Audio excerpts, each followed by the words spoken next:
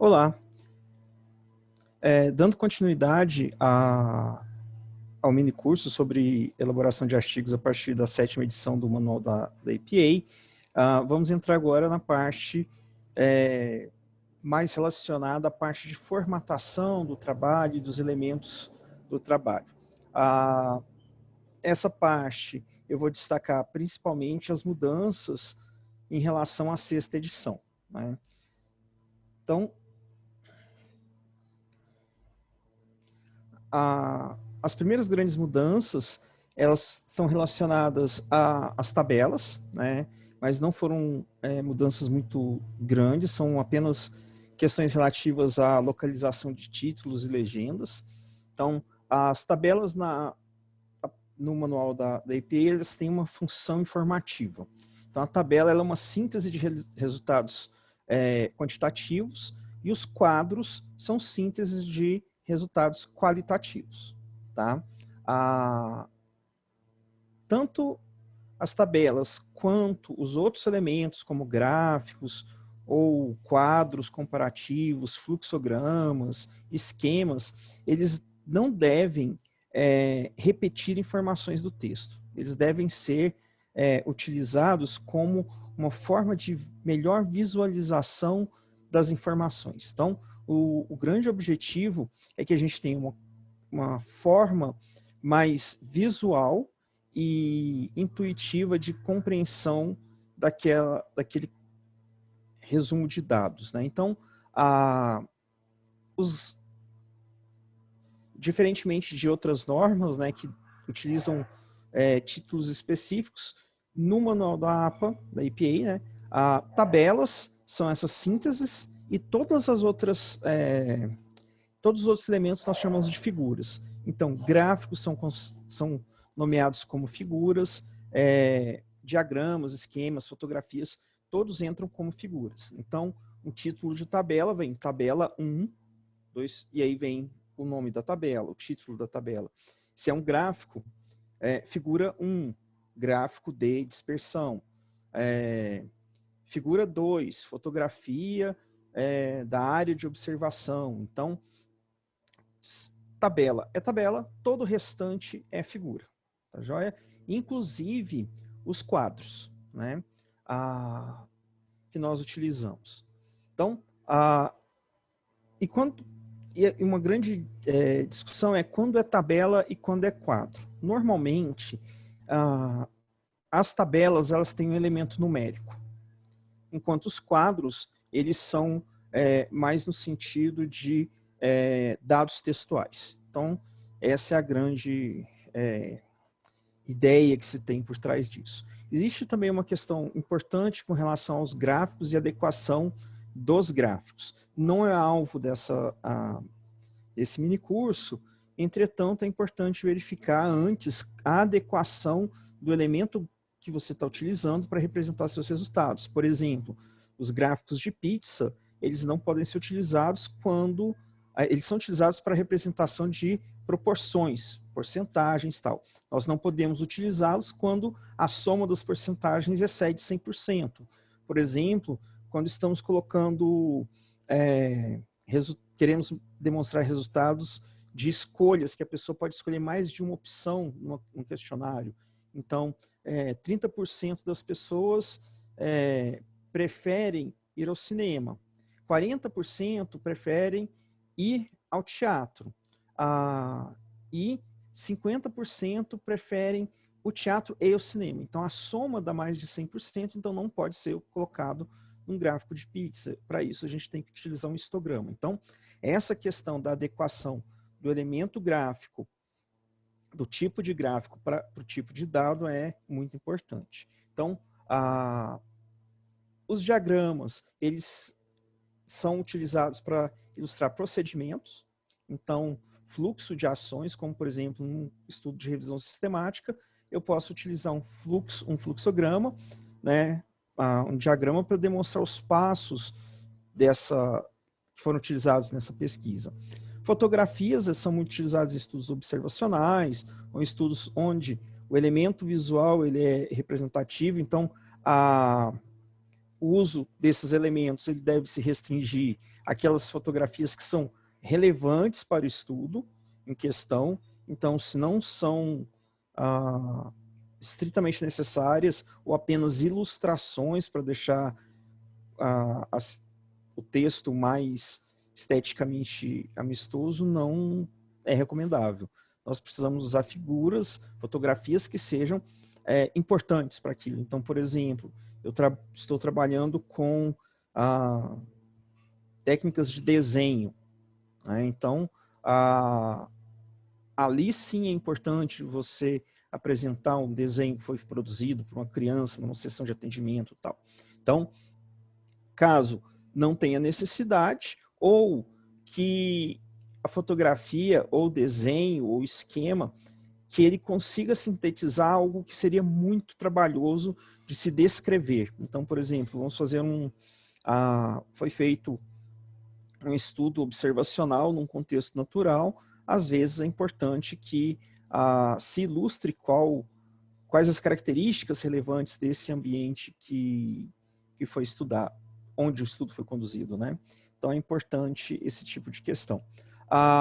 Mapas, quando relevantes, e imagens diagnósticas, quando relevantes, né? Então, um estudo de neuropsicologia, por exemplo, que vai se mostrar um estudo de caso em neuropsicologia, e você precisa demonstrar a localização e extensão de certas lesões. Então, é importante nesse sentido. E aí vem uma questão importante, né, no uso de elementos gráficos, que é a resolução. É importante verificar para cada ambiente que nós vamos enviar qual o nível de resolução dessas imagens.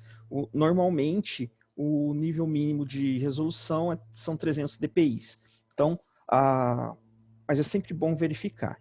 E a questão do uso de imagens coloridas, né, e gráficos coloridos, é uma questão que é complicada, pois grande parte dos periódicos, eles não são mais impressos.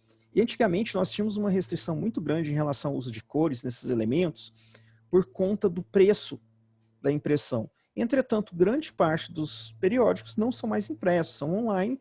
Entretanto, mesmo assim, a grande parte ainda restringe o uso de cores. Então é sempre bom observar as normas de cada revista, de cada local específico, para verificar se é possível enviar imagens coloridas, se elas são aceitas, e alguns locais colocam que para que você utilize uma imagem colorida, você tem que justificar o porquê disso. E é muito importante pensarmos isso quando estamos produzindo nosso trabalho. Imagens, às vezes, ficam muito bem no Word ou no editor de texto, e aí quando você vai passar para uma versão, por exemplo, online, HTML, numa página de web, ela perde resolução e não fica tão legal. Então, é muito comum a gente mandar a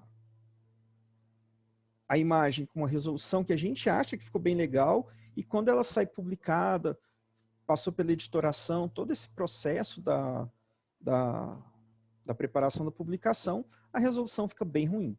Então, é muito importante tomar cuidado com isso. Via de regra, é importante também evitar ilustrações que nós não tenhamos o direito autoral sobre ela. Então, o uso de imagens da web para ilustrar trabalhos tem que ser feito com parcimônia. Então, é necessário verificar questões de direito autoral e outras coisas. Inclusive, quando vamos reproduzir imagens de outros trabalhos.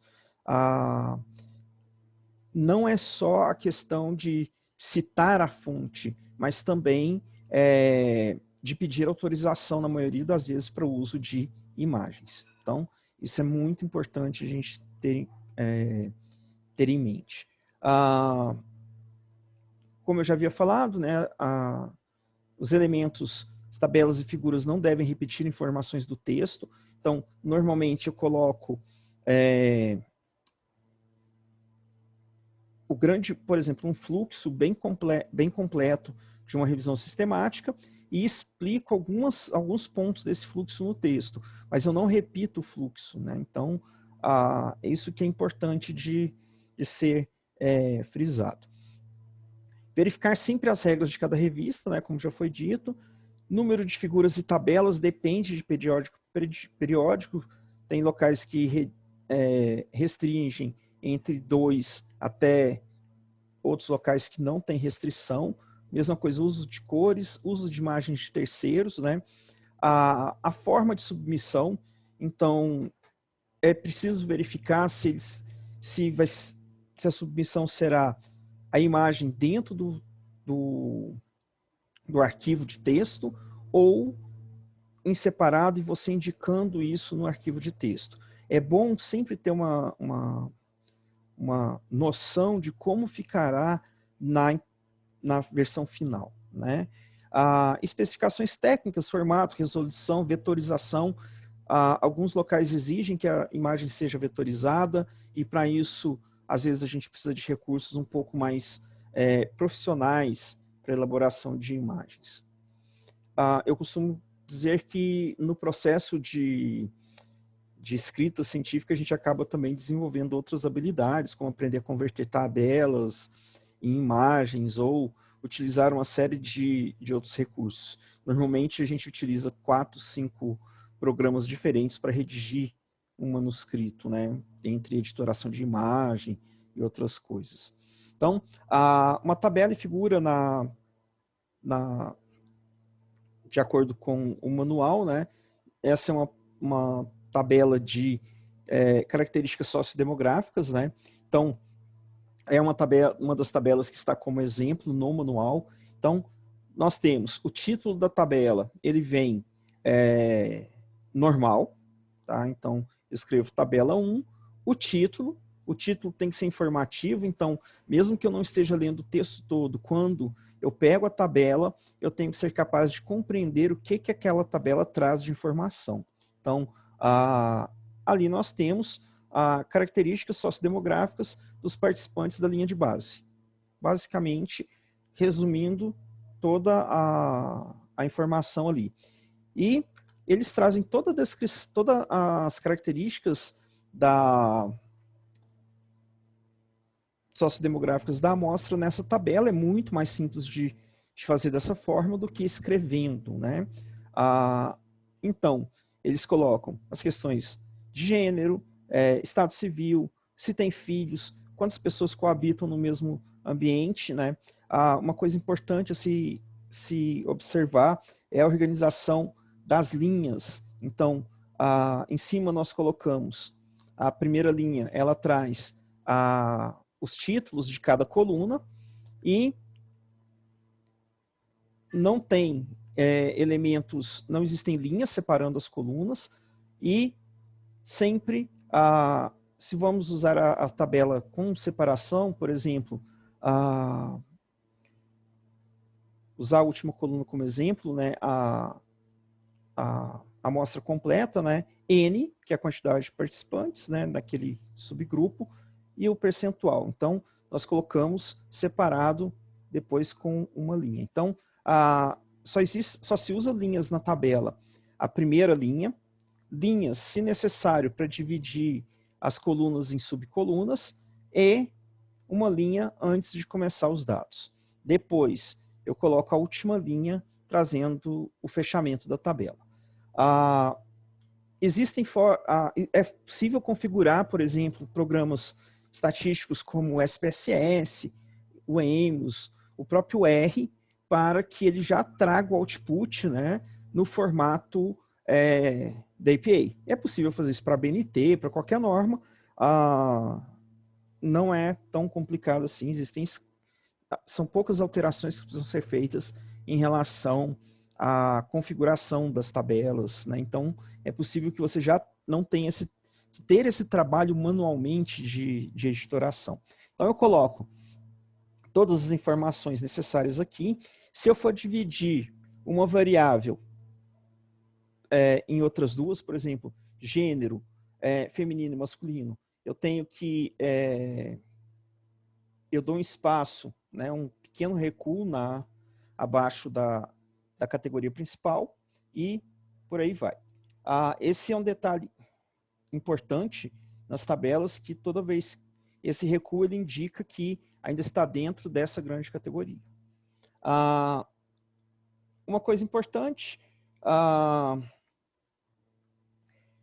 todas as informações que não são possíveis de colocar na tabela ou siglas devem ser especificadas como nota. Então, nota N igual a 150, então é o N total, né? 50 por cada condição experimental nesse caso, e coloca a média de idade aqui. Então, essa é a questão que a gente está colocando. Se eu uso siglas, mesmo que eu já tenha utilizado as siglas no texto, eu volto e coloco as siglas aqui.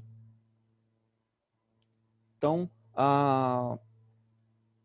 também agora já é uma tabela de resultados, né?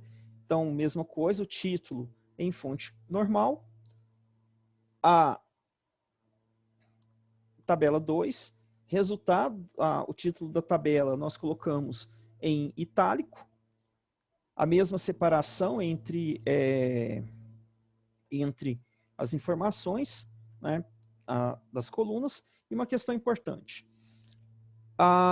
Quando escrevemos em inglês, nós colocamos, por exemplo, um número com decimais, nós colocamos 0, a gente coloca só ponto 843, já sabendo que isso significa 0,843. Em português, se o texto é em português, nós colocamos 0,843. O normal é utilizar duas casas decimais, tá? Depois do ponto, né, ou da vírgula, exceção do valor de P, e uma questão importantíssima, ao relatar resultados estatísticos, o valor de P recomenda-se não utilizar valor de P maior que, menor que, e sim o valor exato do P-valor, né? Então, ao invés de colocar P maior que 0,5, a gente coloca P igual a 0,06. Isso, inclusive, no texto, é importante utilizar. Atenção aos símbolos estatísticos que vêm em itálico, isso é muito importante, e a notação estatística, né? Então, é sempre importante que a gente faça essa análise e verifique como que é utilizado. Alguns símbolos estatísticos, eles são caracteres especiais, também é preciso verificar se a revista aceita ou se o seu editor de texto já tem esse tipo de informação.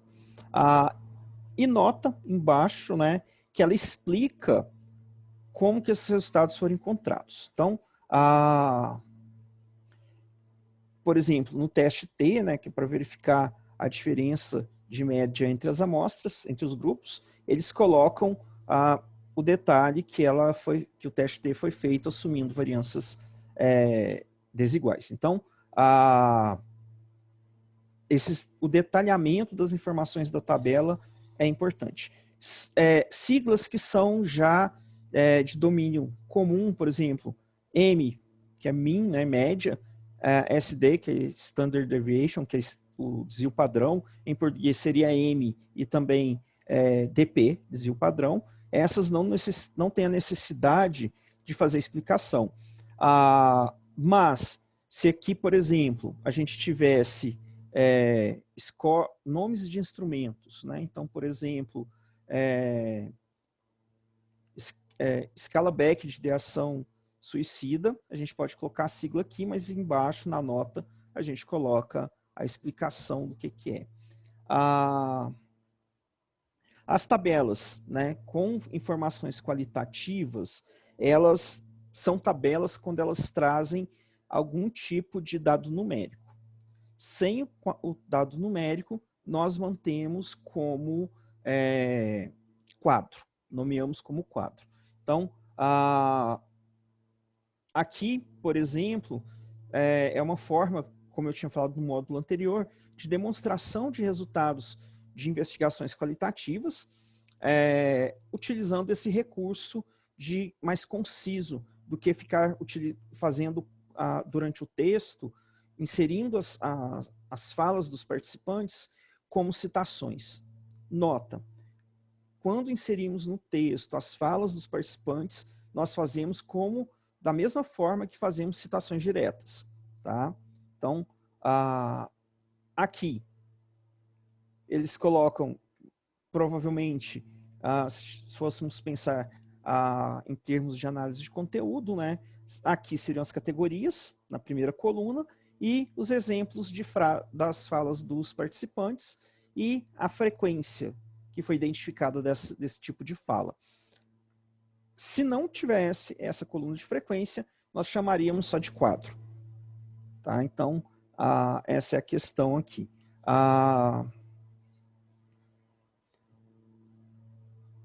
Aqui é uma outra tabela, né? Apenas descritiva, então isso é tirado de um artigo de revisão, que nós temos autoria, título do trabalho, ano, periódico, a área do periódico e o qualis de cada periódico. Então, é uma forma de sintetizar as informações em um trabalho de revisão, por exemplo.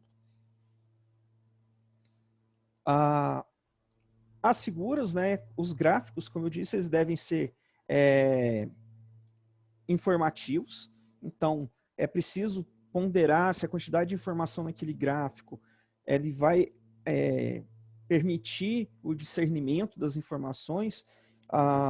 Existem muitas formas de se criar gráficos. Gráficos 3D são super importantes. Entretanto, nós temos que lembrar que as revistas e os trabalhos acadêmicos são em 2D mesmo, sendo de uma tela. Nem sempre nós temos a possibilidade de utilizar animações. Então, às vezes, gráficos 3D, ou seja, com um terceiro eixo, além do X e do Y, podem confundir ou serem muito difíceis de visualização. Então, é preciso ponderar se aquela tabela, aquele gráfico ou qualquer outro elemento, se ele tem o potencial de clarificar a minha compreensão sobre o texto ou não.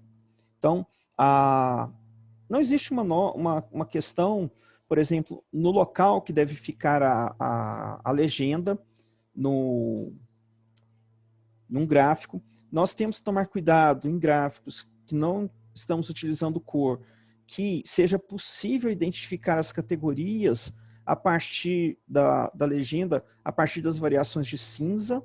Então, caso o cinza eu tenha várias colunas para marcar, que eu não use um degradê que seja muito difícil de perceber. Então, eu não uso degradê, eu uso um padrão, por exemplo, riscos horizontais, ou riscos verticais, ou xadrez, alguma coisa assim. Essa configuração, os programas estatísticos já têm isso. Então, eu coloco as informações de modo que elas sejam fáceis de serem visualizadas, né? Então, é muito mais fácil eu perceber separando por dois grupos, baixo risco e alto risco, do que se eu colocasse os adolescentes, todos os adolescentes junto e todos os adultos jovens junto. Então, essa separação fica mais fácil para comparação. Então, a gente tem que pensar sempre. Aqui um gráfico que ele serve para comparar grupos, ou seja, adolescentes e adultos, jovens, e comparando entre alto e baixo risco, como que eu crio uma visualização que me permita fazer essa comparação. Então, é a mesma estrutura. Essa é uma mudança em relação à sexta edição do manual. Na sexta edição, os títulos eles vinham abaixo das figuras. Hoje, porque era um pouco... você já vem fazendo as tabelas, colocando os títulos acima, né? E de repente, quando passa para a figura, colocar o título abaixo, isso gerava um pouco de confusão. Então, optou-se para deixar tudo com o título logo acima do elemento. Então, tanto gráficos quanto figuras hoje, os títulos vêm acima. Embaixo, se for necessário, a gente coloca também nota. Se fosse, por exemplo, ao invés de adolescente, tivesse colocado AD e adulto jovem tivesse colocado YA. Eu teria que fazer uma nota explicando essas siglas. Tá? Novamente, somente as siglas que são não são siglas estatísticas ou outros símbolos já consagrados na literatura. Aqui nós temos uma outra figura. Então aqui a primeira é um gráfico, a segunda é uma representação de uma análise fatorial. Então se faz o título conciso, o título não pode ser longo, e embaixo nós colocamos a informação, né? Os itens são numerados na ordem apresentada no texto, as correlações foram, os coeficientes foram calculados a partir do nível de significância, tal. Então, é o detalhe do trabalho. Então, novamente, né, nós temos aqui uma imagem tentando que, se nós fôssemos explicá-la detalhadamente em forma de texto corrido, seria um trabalho enorme fazer isso. Então, é muito mais fácil de observar. Trabalhos. Agora, essa mesma tabela essa mesma figura, se ela tivesse muito mais variáveis, também a gente tem que ponderar o quanto é possível observar. Então, se existem muitos elementos, às vezes não é tão interessante utilizar na forma de imagem. Um exemplo de fotografia, né? Nesse caso, a fotografia ela foi utilizada no estudo como um estímulo. Então, se formos pensar em estudos experimentais ou quase experimentais que utilizam ambientes ou que utilizam fotografias como estímulos para desencadear certas respostas, é importante que a gente tenha essa visualização, né? Embaixo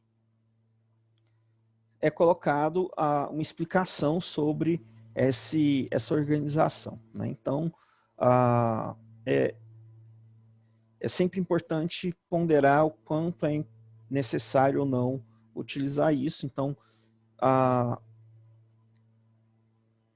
só para terminar essa parte, existem revistas, por exemplo, que a gente já pode fazer todo o método como um esquema, sem necessidade de colocar. Então, isso é muito útil, por exemplo, para quem trabalha com grupos.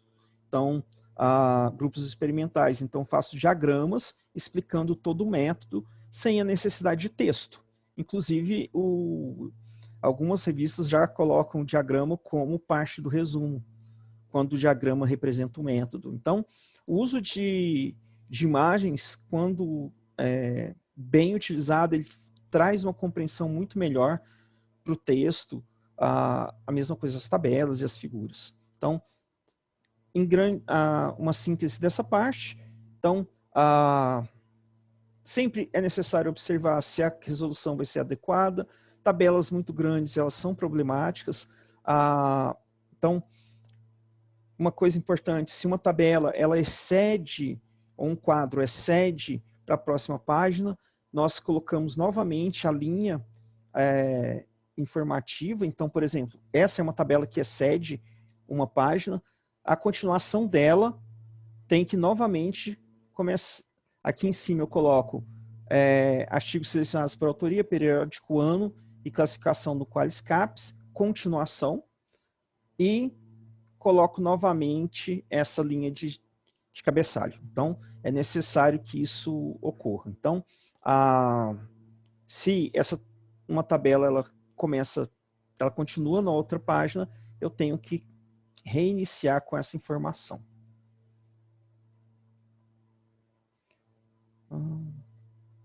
E aí uma questão importante, né, que ela tem repercussões éticas e sociais e na própria confiabilidade da ciência, a questão do crédito de autoria, né? Então, a 7ª edição dedica uma sessão inteira só para tratar do que é plágio, autoplágio e atribuição de crédito, e essas questões têm se tornado bem importantes. Eu acho que o cenário atual brasileiro já indica isso, né? Nós tivemos o plágio em trabalhos acadêmicos sendo utilizado até como forma de avaliação da capacidade técnica de encargos, né, por aí. Então, é uma questão muito importante, muito séria. Então, basicamente, o plágio é a utilização de ideias, conceitos produzidos por outros autores, sem a devida menção e o devido crédito. Ele pode ser intencional ou não intencional. Do ponto de vista prático, isso não tem relevância nenhuma se é intencional ou não. É plágio do mesmo jeito. Então, essa é uma questão relevante. O autoplágio. O autoplágio é uma situação delicada. Ela é muito comum em trabalhos acadêmicos, então eu fiz uma disciplina X e apresentei um trabalho para essa disciplina. Vou fazer dali um ano uma outra disciplina Y, a temática é parecida, eu vou usar o mesmo texto, com poucas alterações, ou apenas parafraseando. Parafrasear não é o suficiente para garantir que aquilo não seja plágio, né? Então, o autoplágio é quando você utiliza seus próprios trabalhos. Não é porque você é o próprio autor que você pode reusar o seu trabalho. Uma das questões importantes, principalmente nos manuscritos, é que eles sejam inéditos. Então, essa é outra questão importante. Se é possível, antes de enviar um artigo para uma revista, verificar se essa revista, por exemplo, aceita que o trabalho já tenha sido apresentado de uma forma de comunicação, em um congresso, por exemplo, ou que aquele manuscrito possa ser oriundo de uma tese ou dissertação, ou mesmo um TCC. Então, é importante verificar isso antes. Novamente, e aí vem uma questão importante. É muito polêmica essa parte e é delicada. Então, via de regra, você ter a sua dissertação, a sua tese, né? Você foi lá, desenvolveu tal. Depois, o caminho natural, nós transformarmos isso em artigos, né? E publicá-los, submetê-los à publicação.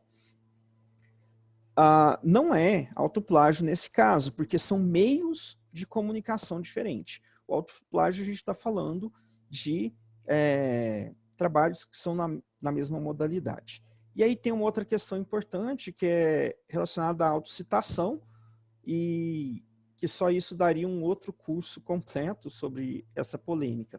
Então, em relação à autocitação, a regra geral é só autocite-se se e somente se esse trabalho atual ele tem conexão com o trabalho anterior.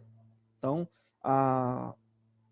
alguns anos atrás houve uma polêmica enorme, um trabalho de um pesquisador renomado de uma área X, que ele se citava quase 70 vezes. Então, é importante que isso seja ponderado, né? Então, normalmente, um trabalho que é continuidade de uma agenda de pesquisa, você pode citar os trabalhos anteriores, mas tem que se tomar muito cuidado para que não seja só uma citação para aumentar o seu índice de citações por aí. A atribuição de crédito, então, é a precisão nessa citação, reconhecimento da fonte e contextualização do trabalho em um campo de estudos. Então, é necessário que nós citemos de onde retiramos aquelas ideias ou de onde estamos tirando críticas. É muito comum a gente encontrar trabalhos redigidos com as seguintes locuções, né? Algumas pesquisas indicam, a questão é quais pesquisas são essas? É importante também a citação precisa, porque nós, quando estamos lendo, às vezes, aquele trecho, aquela explicação sobre aquele estudo que foi realizado por outra equipe, em outro país, ele é importante que nós o analisemos. Então, é importante que nós busquemos essa fonte, né? Então, é necessário esse processo. Então, isso, por exemplo, o próprio Google, né, quando você entra no Google Acadêmico, a frase inicial é sobre ombros de gigante. Na verdade, se atribui essa frase a Newton, e é uma citação errada, ela não é de Newton, né, ela é de Bernard de Chartres, que foi citado por Jean de Salisbury, em 1159. Então, o próprio Google faz uma citação inadequada. Então, é isso que a gente... O objetivo de uma citação é indicar qual a fonte de onde se consultou isso, né? E algumas questões importantes. Então, a gente tem duas formas básicas de fazer citação: citações diretas e citações indiretas. Vou começar pelas indiretas, né? Então, a gente normalmente trabalha com uma paráfrase. Então, por exemplo, uma citação narrativa, né? NEFA 2015 indica que ao mesmo tempo que trabalhadores, governos, e aí eu faço uma paráfrase longa, resumindo e trazendo conceitos, as ideias que este autor apresenta no trabalho dele. Então, a paráfrase serve para que eu consiga apresentar uma síntese da ideia de outro. Eu tenho uma paráfrase curta, em cinza, né? Então, a condução de pesquisas em variados contextos de trabalho apresenta-se como necessária. Então, e aí eu já coloco, ao invés de colocar o autor inicialmente, eu coloco o autor aqui dentro, né, dos parênteses. Um autor, a gente utiliza o último nome, dois autores, os dois últimos nomes. Tá? E aí, hoje, uma grande mudança em relação à 7ª edição. Né? A 6ª edição dizia o seguinte: até 5 autores, a primeira vez que você os citar no texto, você coloca o sobrenome de todos os 5, o ano. E aí, as próximas citações, você utiliza a expressão et al. A 7ª edição do manual, para tornar tudo mais prático e mais rápido, ele já coloca que na primeira citação de 3 autores para frente, eu já coloco et al. Então, a Ockman, aqui seriam 4 autores, já se coloca et al, desde a primeira citação. No caso de citações que eu estou utilizando vários autores, eu coloco em ordem alfabética, pelo nome do primeiro autor, separo as citações, os nomes dos autores citados com ponto e vírgula e fecho parênteses. Então, é por ordem alfabética, não por ordem de publicação. Então, isso aqui é um parágrafo, né, que nesse mesmo parágrafo é utilizada duas técnicas diferentes de paráfrase. Uma que eu falo diretamente do autor, outra que eu uso os autores como base para sustentação de uma afirmação que eu faço. Normalmente, a gente tenta mesclar as duas formas para que dê um balanceamento no texto e evite aqueles textos que têm uma sequência segundo fulano de tal, ano tal, segundo fulano de tal, ano tal. Essa repetição dessa forma de escrita, ela causa uma sensação no leitor de que você apenas resumiu e não concatenou as ideias entre os autores. Então é importante que a gente faça esse jogo entre recursos diferentes de citação a partir de paráfrase. Casos especiais, né? Quando que a gente usa outros... a gente não utiliza só o último sobrenome, né? Então, assim, eu tenho 2 textos de 2 autoras que têm o mesmo sobrenome. Eu coloco as iniciais antes do sobrenome para identificar quem é quem na lista de autores. isso, às vezes, a gente encontra casos ainda mais complexos, né? Quando você tem autores diferentes com o mesmo sobrenome e as mesmas iniciais. Parece um caso um pouco improvável, mas isso acontece comigo. É Rodrigues, CML, mas também existe uma pesquisadora da área de educação, que é Cibele Maria, eu não lembro o que é o L, Rodrigues, que também é Rodrigues, CML. Então, nesse caso, a gente usa os dois últimos nomes. Então, seria Lopes Rodrigues, no meu caso, e ela, o L dela, que eu não lembro o que é agora, e Rodrigues também. Então, é o tipo de trabalho que a gente faz para isso. O manual da APA ele não traz todos os casos possíveis, né? Então, já aconteceu, por exemplo, da gente ter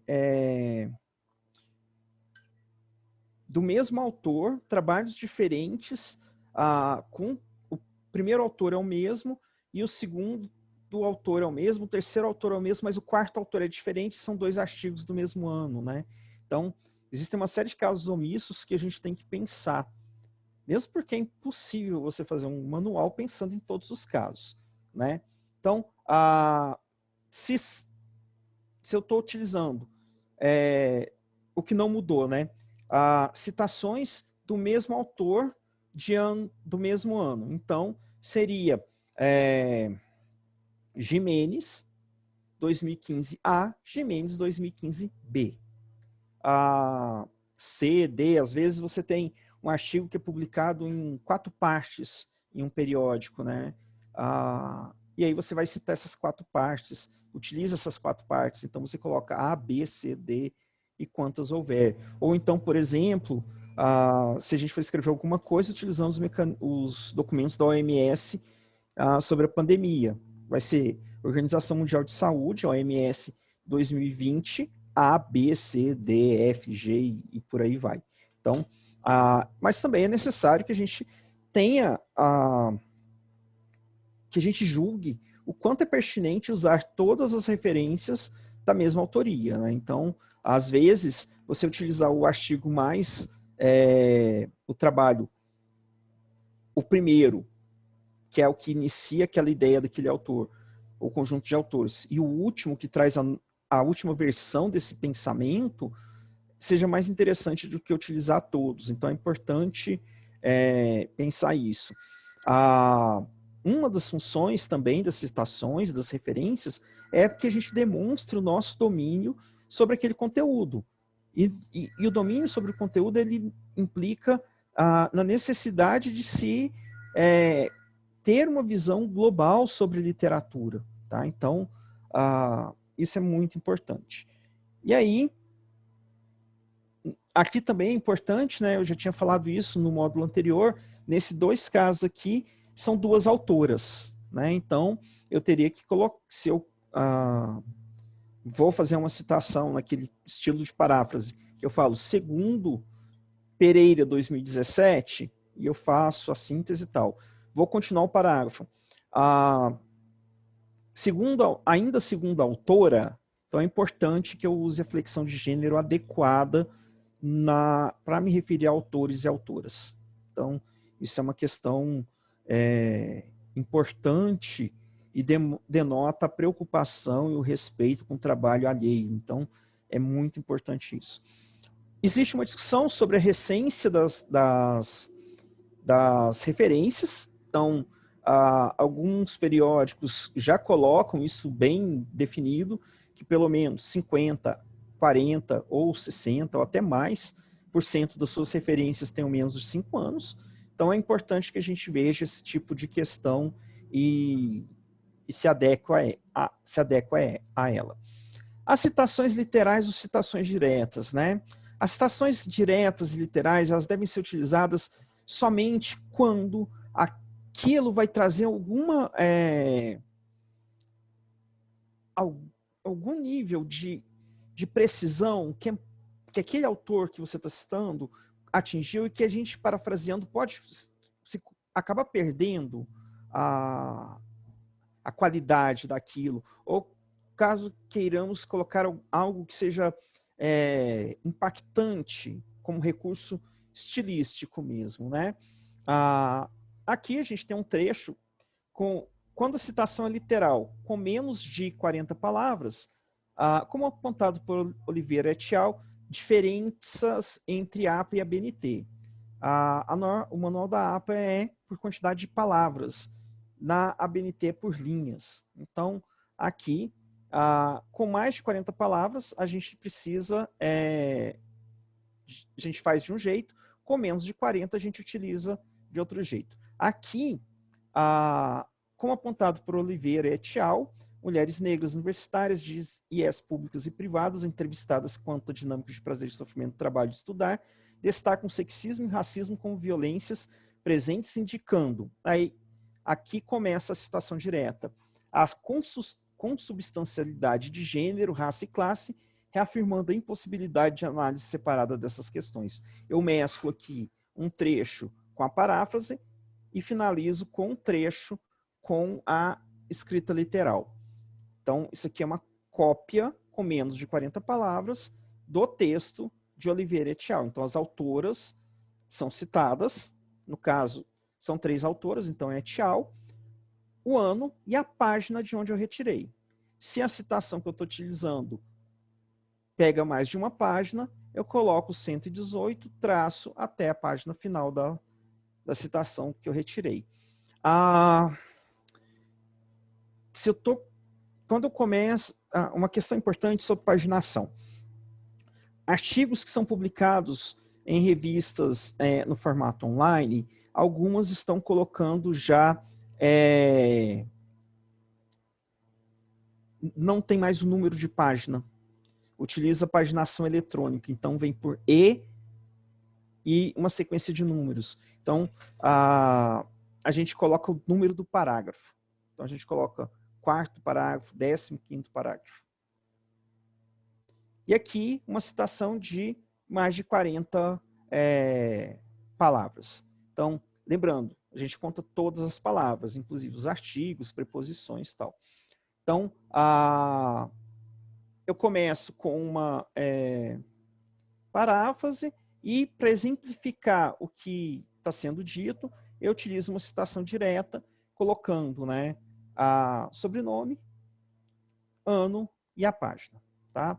Não se coloca aspas. As aspas, elas são utilizadas somente na citação dentro do texto. E utilizo aqui. Tá? Essa mesma regra vale para quando vamos fazer no texto a transcrição de entrevistas. Então, é sem aspas. E aqui, ao invés de colocar a referência de um autor, a gente coloca participante 1, 2, 3, ou o pseudônimo que a gente está utilizando e tal. E aí a gente tem algumas variações conforme a origem dos autores.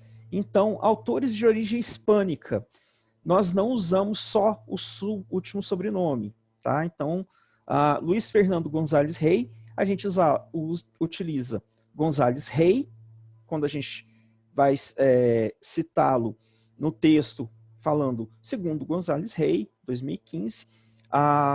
No texto, se eu faço uma explicação, uma paráfrase, e vou colocar ao final, atribuindo a autoria a Gonzalez Rey, eu uso Gonzalez Rey. Tá? Então, essa mesma coisa aqui, Arturo Juarez Garcia e Anabel Camacho Ávila. Então, vai Juarez Garcia e Camacho Ávila, ou Juarez Garcia e Camacho Ávila. O E, dentro do parênteses, é sempre o E estilizado. Hoje, com a ascensão dos países asiáticos, né, em relação à produção acadêmica, é muito comum que nós tenhamos autores coreanos, autores chineses. Então, a literatura, por exemplo, sobre Covid-19, ela tem uma produção extremamente importante vinda da China. Então, quando formos fazer a citação, e mesmo em processo de revisão, às vezes nós encontramos muitos textos que são produzidos China, Coreia e outras áreas, outros lugares, né? A gente tem que romanizar, né, ou seja, transformar em escrita ocidental, né, romana, o nome do autor e Tan Zhongyang. Detalhe, nós utilizamos o Tan porque o primeiro nome é o nome da família, não o último nome, né? Então, nós fazemos dessa forma. Nesses casos romanizados, vem primeiro o nome da família, sobrenome, né? Depois o nome. Assim, a referência é Tan J. Tá? Então, essa é uma questão importante. Isso vale também para escrita em cirílico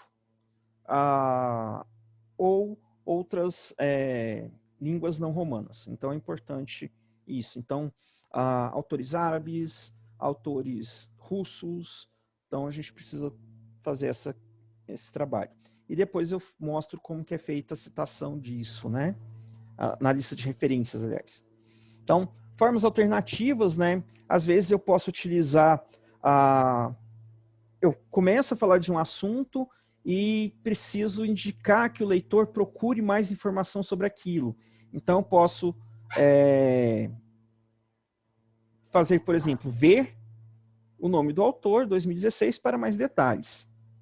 Ou, exemplo gratia, G, por exemplo, né? Cobertura de notícias falsamente equilibrada, Coller 2016. Quando eu uso esse recurso? Quando eu toco em um assunto que eu não tenho, que não é central ao meu trabalho, mas que é importante que as pessoas conheçam, porque ele também se relaciona com o ambiente, né? Então, eu posso utilizar o EG, o exemplo gratia, ou o por exemplo, tá? Isso é muito comum, por exemplo, na escrita na psicologia cognitiva. Então, artigos de psicologia cognitiva experimental, vamos citando vários experimentos, e eu vou citar, por exemplo, o procedimento que alguém utilizou um instrumento tal como interessante, eu digo, para mais detalhes, ver a obra do fulano. Tá? Isso é uma forma para evitar também o uso de nota de rodapé. Fontes secundárias. Né? Existe uma discussão, primeiro que existe uma discussão entre citação direta e citação indireta. Do ponto de vista estilístico, a citação direta, ela provoca uma quebra na leitura e a inserção da escrita de outra pessoa no seu texto. Então, é preferível que se utilize a forma de paráfrase, né? Mesmo porque, para demonstrar a nossa compreensão do texto. Então, é interessante isso. Outra questão que é muito debatida é o uso de fontes secundárias. Então, ao invés de citar diretamente o texto, eu cito o texto a partir daquele que o citou. Isso é uma prática que ela era muito comum, principalmente com obras mais clássicas e que a gente tinha difícil acesso, ou há umas 2 décadas atrás, que era muito complicado você conseguir um manuscrito. Hoje, praticamente, quase tudo é possível de se encontrar na internet. Então, mesmo obras clássicas, várias foram digitalizadas, estão disponíveis. Então, é possível ter acesso a essas obras. A gente evita, então, essa citação secundária, né? Então, por exemplo, em citações narrativas, quando for utilizar, Rodrigues e Fayad, 2019, indicam que Nefa, 2015, sugere. Essa é uma forma, quando eu estou fazendo a citação narrativa, ou entre parênteses, Nefa 2015, citado em Rodrigues e Fayad. O APUD não é um termo utilizado no manual, ele é um termo da ABNT, né? E aí, quem aparece na lista de referências? Quem eu li, que é Rodrigues e Fayad, não o NEFA 2015. Tá? Uma citação dessa forma pode ser questionada, pois é um texto recente de 2015.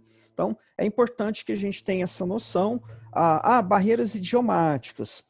Né? Então, às vezes, é um motivo. Ou então, porque aquela pessoa não deixou uma obra publicada ou se perdeu essa obra. Então, é um pouco esse recurso ele tem que ser exclusivo para isso, quando não temos acesso à obra original. Então, nós só utilizamos a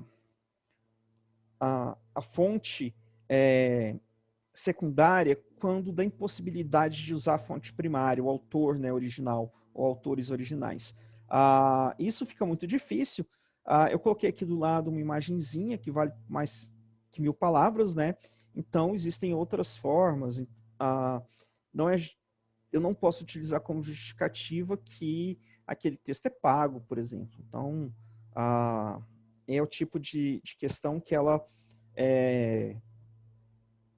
a gente precisa buscar esse acesso, busca via login institucional, tal, e acha o artigo original. O artigo está em coreano, o que eu faço? E aí a gente tem que buscar, então, outras saídas, como procurar alguém que traduza, ou alguma outra forma de compreensão daquele texto, mas é importante. Na lista de referências, né, então, algumas questões importantes na lista de referência. Artigos com DOI, que é o Identificador Digital de Objetos. Antes, a norma anterior eu colocava, né, DOI, 2 pontos, e a especificação do texto. Hoje eu coloco a referência, então sempre é o estilo autor-ano, título do artigo, a revista, né, o periódico vai em itálico, o número vai em itálico. Volume, quando tiver, vai entre parênteses sem itálico. Aqui é um exemplo de paginação eletrônica. Então, a E184126 é a paginação eletrônica. E o link completo do DOI e ativo. Tá? Então, eu posso ir atrás do documento. Artigos que não tem o DOI, então artigos mais antigos, né, e com o URL. Então, foi um artigo que eu achei na internet. Então, Hanson, 2005, 7 mitos sobre o risco. O nome da revista, que devia estar em itálico, eu não deixei, tá? Então, corrijam. Então, o nome da revista em itálico, o volume da revista. O volume é sempre fora do parênteses, itálico, número 2. Então, o que quer dizer volume e número, né? O 7º volume geralmente é o 7º ano de publicação da revista. Cada ano, então, normalmente corresponde a um volume. E é o 2º número daquele 7º ano. Página, quando a gente coloca 7 a 17. A gente não coloca P como indicativo de página. E depois nós colocamos o link para o artigo. Aqui, aquele exemplo que eu coloquei para vocês, né, para escrita não latina, a gente faz a transliteração do alfabeto manuscrito e faz da seguinte forma. TAN, J. 2011, autor ano. O texto, ao invés de colocar... Esse aqui é o texto original. Eu faço a transliteração para caracteres romanos. Então, esse aqui é o texto em mandarim. E aqui eu coloco a tradução do título, né, entre colchetes. O modelo de cooperação entre assistentes sociais e voluntários chineses, fecha colchetes. O ponto ele vem só depois, né? Então, é interessante notar que todo colchete em referências pelo manual da APA é uma explicação de alguma coisa dentro do título, tá? Então, aqui que vem o ponto. E o nome da revista, se vocês olharem, o nome da revista, né, em caracteres em mandarim, né, eu faço a transliteração, ou seja, a passagem para caracteres latinos, romanos, né? Eu não faço a tradução do nome da revista, coloco volume 25, número 26, 12 a 18 e o link. Se fosse DOI, eu colocava o DOI também. Então, essa é a forma de trabalhar com essa referência. Então, se está no alfabeto cirílico ou coisa do tipo, a gente faz assim. Livro. Quando teve algumas mudanças em relação à forma anterior de referência aos livros, ela ficou mais concisa. Na verdade, todo o trabalho de revisão das normas está muito ligado à concisão. Então, quando eu uso o livro como um todo, o livro de uma autoria, o livro como uma obra inteira. Então, autor ou autores, né? O título, aí é o título do livro, que vem em itálico.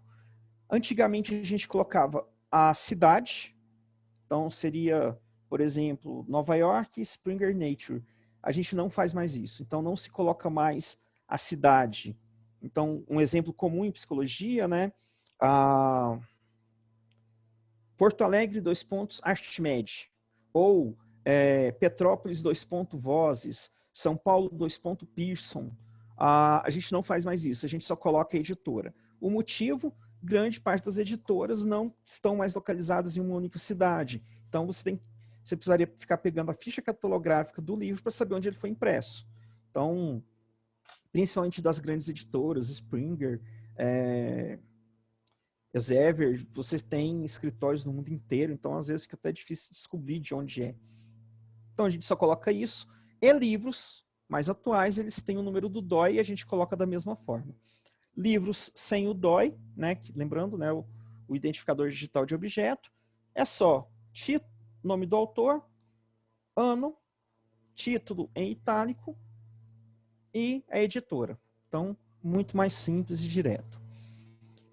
Capítulo de livro com DOI, então, eu coloco o nome do autor do capítulo, o título do capítulo, não uso itálico no título, e aí, após o título, eu coloco os editores ou organizadores da obra. Notem que, quando a gente está falando que foi no livro de alguém, né, esses 2 autores que foram os editores desse livro, as iniciais deles vêm antes do último nome, tá? Editores, o nome o título do livro, que vem em itálico. Antes de acabar o título, eu abro parênteses e coloco a página do capítulo. Página inicial, página final. E a editora, sem a cidade, e o DOI. Capítulo sem DOI, a mesma ideia, né? Então, após o nome o título do capítulo, o nome do livro em itálico, a página, pp, né? 130, 144, e a editora. Nesse caso, é uma editora institucional, então eu coloco o nome da instituição. Por exemplo, Conselho Federal de Psicologia, 2013, Cartilha de Avaliação Psicológica, em itálico, ponto, CFP, como editora. Então, é muito mais rápida essa forma de citação, sem cidade e tal. Teses e dissertações, então, quando elas estão no repositório institucional, a gente coloca o autor, é só o autor, a gente não coloca o nome do orientador, o título em itálico, abre colchetes, tese de doutorado, Universidade de Brasília, fecha o colchete. Antigamente se escrevia tese de doutorado em psicologia e os estudos, então não se coloca mais tudo isso. E o repositório institucional da UNB, ou banco de tese de dissertações da CAPES, ou repositório institucional da USP, então, e o link para aquela obra.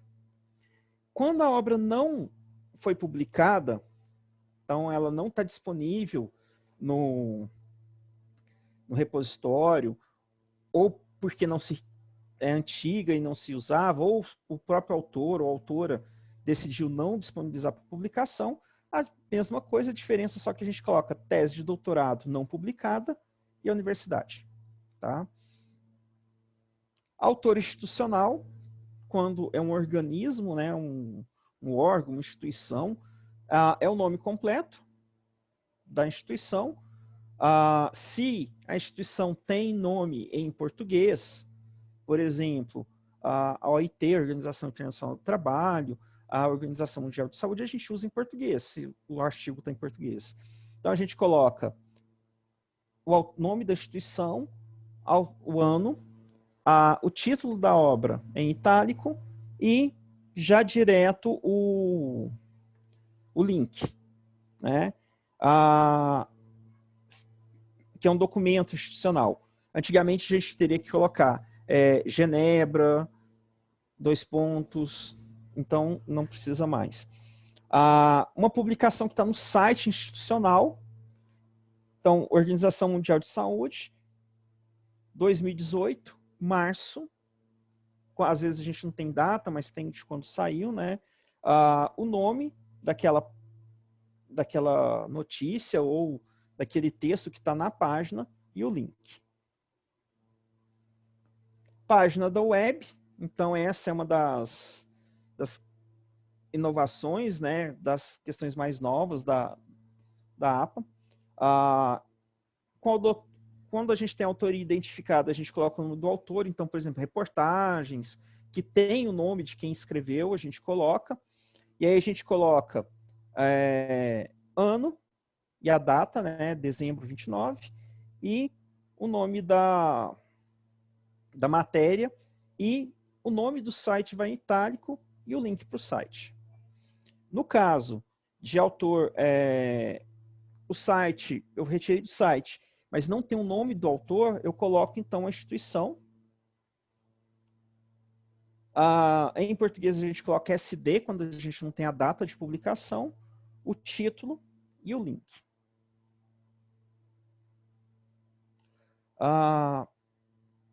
Programas de computador, né? Então, eu vou citar um programa de computador que eu utilizei na análise de dados. Então, aqui eu tenho um programa que tem uma autoria, então eu coloco os autores na lista de referência. Lá no texto eu terei citado Bernstein et al. 2014. O nome do software em itálico, a versão que eu utilizei, abro colchetes, né, e coloco, chaves, aliás, e coloco programa de computador e a empresa ou organização que fornece e o link dessa parte, de onde está disponível. Aqui, por exemplo, muito utilizado, que é o R, né, Cortin R, né, 2013, o título do programa, eu coloco a versão, aqui é a citação básica, né, o autor, a instituição onde ele está colocado, né, que é a WER Foundation for Statistical Computing, e a página. A outra inovação do manual é como citar aplicativos de celular. Então, o Epócrates é como se fosse um dicionário, um guia de referência médica, né? Então, Epócrates, que é o nome da empresa que faz, né? Então, ou o nome do autor, tal, o nome do aplicativo, a versão. Aqui eu coloco aplicativo de celular, onde eu encontrei, né, na App Store, e aqui o link para achá-lo na App Store. Então, por exemplo, WhatsApp, Waze ou qualquer outro software a gente colocaria dessa forma aqui. Então, eu tenho que ver quem é o autor institucional e colocar. Filmes, né? Então, é um pouco mais complicado para fazer a citação de filmes, mas basicamente a gente cita pelo diretor, né? Indicando que é o diretor, o ano, o título, e aí qual que é um filme, entre parênteses, colchetes, aliás, edição especial estendida de 4 discos em DVD, para qual edição que você está utilizando. Aí a produtora, né, que são 2, e você coloca. Esse é o final. Vídeo online, então eu vou fazer referência a um vídeo no YouTube, por exemplo, né? Então, autor, a data, né? O título do vídeo, coloco também vídeo, a plataforma e o link. A mesma coisa aqui embaixo, né? O nome da pessoa, né, que é a dona do canal, e o nome do canal, ele vem entre os colchetes aqui. De novo, a data que foi postado, essa data de postagem, o título, a indicação que é vídeo, YouTube e o link.